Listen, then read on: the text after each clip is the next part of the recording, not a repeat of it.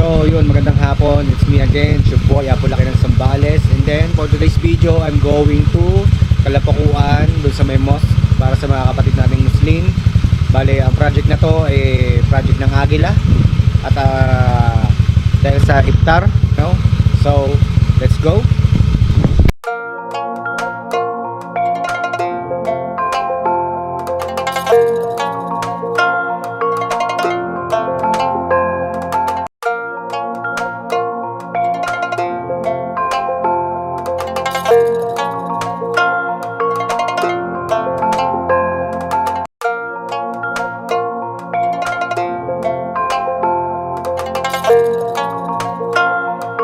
So what's up guys, dito na ako sa may Kalapakuan, Purok 6B, malapit sa mosque. Nandito sila brother, ayan. Si Madam Rhea, ang aming, anong posisyon niya? Auditor! Ganyan dapat yung mga sinasamahan. Tapos yung treasurer, kasama rin natin. Yan. Pag may pondo, alam mo na yan. So, ito yung malamig dyan, no? Ayan o, ito pala. Salamat nga pala sa Subic muna. Ayan. Alam niyo na kanina yan? Kinabalam siya yan. Ayun o. Saan? She's the one. Ayaw nga pala o, ayan o. Nakalagay o, she's the one. So, mamaya mga bandang 6 siguro ang magbibigay, ang pagdidistribute.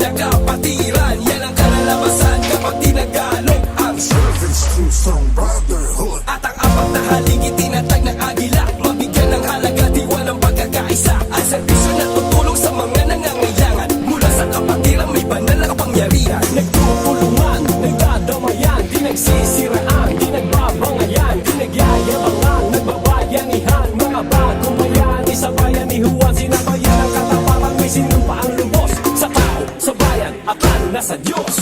Parami na ng parami, ate bunso kuya, palaki na ng palaki, ang pamilyang Agila. Tuturing nyo kami inyong abang lingkod, walang atubili kami inyong tagasunod. Sa mandako ng mundo tayo mapatpad, patuloy lang ang Agila sa paglipad. Agila lipad, Agila lipad, lipad, Agila lipad, Agila lipad, lipad, Agila lipad, Agila lipad, lipad, Agila lipad, Agila lipad.